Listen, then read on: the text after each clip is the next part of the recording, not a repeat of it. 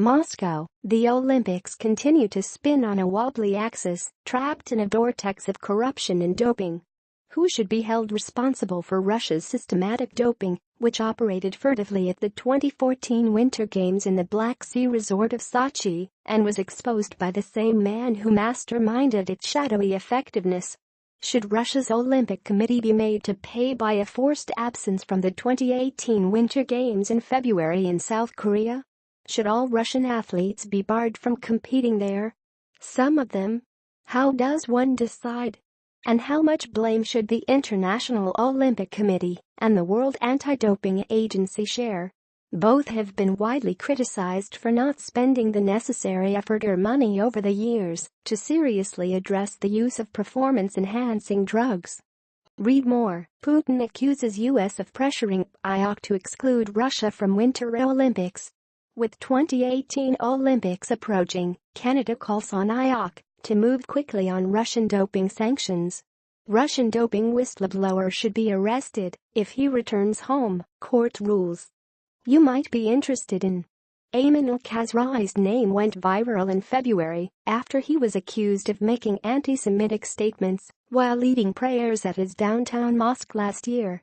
A Toronto imam was accused of hate preaching against Jews. But that wasn't the whole story. Toronto couple Eamon Fitzgerald and Rebecca Moroney have adopted the van life in their converted Mercedes-Benz Sprinter van, which they've been living in since spring 2017 to avoid Toronto rent and promote their tea business, Chihuahua. Toronto couple takes up number van life as a way around skyrocketing rents. An investigator at the scene of a deadly shooting in Newmarket. Man dead after shooting in Newmarket. Such inadequacy has brought a corrosive truth. Suspicion of great achievement in Olympic sports is rampant, and the innocent find it almost impossible to prove their innocence. These are the sobering questions facing figure skating. With its alluring mix of athleticism and artistry, it is the centerpiece of the Winter Games. But as the sport's Olympic build-up began here this weekend on the Grand Prix circuit, anticipation was tempered by uncertainty. Olympics without a Russian team would look like a meal without salt and pepper. Alexei Misin, a Russian coach who has produced 3 gold medals in men's skating, said here this week at the Russkelathon Cup. He's right. Russia has the depth to sweep all 3 medals in women's skating at the 2018 Games. It would also be a favorite in the team skating competition. And Soviet and Russian pairs have won a gold medal at every Olympics but one since 1964.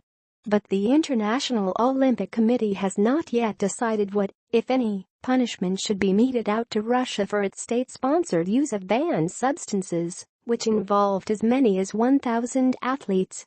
Anti-doping agencies from numerous countries, including the United States, have censured the Olympic Committee for what they view as a refusal to hold Russia accountable. The IOC has just continued to kick the can down the street, I think, with the hope that it just all goes away. Travis Tigert, chief executive of the U.S. Anti-Doping Agency, said in a telephone interview. Dennis Oswald, an IOC delegate from Switzerland who is examining the breadth of Russian doping, recently told the Associated Press that he was being prudent, not indifferent. You can't just say they were in Sochi and they are Russian, and they probably were doped, Oswald told the AP. Several dozen anti-doping agencies have called on the IOC to bar Russia's Olympic Committee from the 2018 Games. They jointly proposed that Russian athletes who could show they have passed rigorous drug testing would be allowed to compete as independent or neutral athletes. Grigory Rodchenkov, Russia's doping mastermind turned whistleblower, agreed with the anti-doping experts in an article he wrote recently for the New York Times. He also said Russian athletes should be sequestered in South Korea and subjected to stringent testing during the Games. Let's also be clear that doped athletes in Russia are, in many ways, victims too, Rodchenkov wrote. In the Russian system, they do not have much choice but to cheat, even if some did so enthusiastically. In January, Samuel Auxier, president of U.S. figure skating, called for Russia to be barred entirely from the 2018 Games. That seems unlikely, given that some Russian athletes were allowed to compete at the 2016 Olympics in Rio de Janeiro. The subject is complicated, and the petition for exclusion is not unanimous. "I'm all about fair sport, clean sport," said Nathan Chen, the only American skater given a real chance to win a gold medal at the 2018 Games.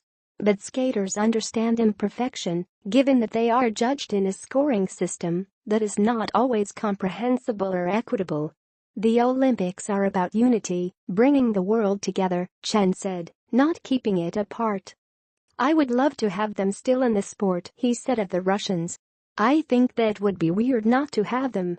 The 2018 Games approach even as the 2014 Games are not resolved.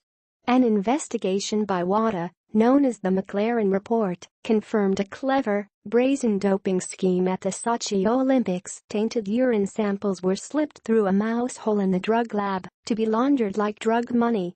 A steroid concoction known as a Dutch's cocktail was dissolved in alcohol, whiskey for men, vermouth for women, to enhance absorption and undermine detection. The McLaren investigation produced circumstantial evidence that raised questions about dozens of Russian athletes who competed at the last Winter Games, including Adelina Sotnikova, the Russian teenager who won the women's skating competition in Sochi. The questions center on whether Sotnikova and others were provided with a cocktail of anabolic steroids and had their incriminating urine samples destroyed. But there is no direct evidence of a drug violation, and Sotnikova has not been publicly accused. She was 17 at the time. Would she have been aware of Russia's scheme? Would she have had the power to say no? The problem is, it's not being followed up on, Tigert said. There's no evidence she's been interviewed. There's no evidence her coach has been talked to. Evgenia Medvedeva, already a two-time world skating champion at 17, would be Russia's prohibitive favorite to win gold in South Korea. Has she faced regular drug screening? Tigert asked. How often? The answer from her coach, at each competition and 5 or 6 times a year out of competition. This included a morning last week, the coach said, when Medvedeva was awakened at 5:30 a.m. to give a urine sample to a collector from WADA. It would be really unfair to keep Medvedeva from the Olympics, said her coach, Iteri Tutberidze. She's not anything about taking doping. To take away 4 years, that's your life. Others look on warily. Brian Orser, a two-time Olympic silver medalist for Canada and coach of the 2014 men's gold medalist, Yuzuru Hanyu of Japan, watched a documentary about Russian doping the other night. It makes me angry, Orser said. At the same time, he added, any global event, if it's not all-inclusive, it just doesn't feel the same. Let the Russians in, he said, as long as it's clean. They have to live with it, Orser said, for a lot of years after these Olympics.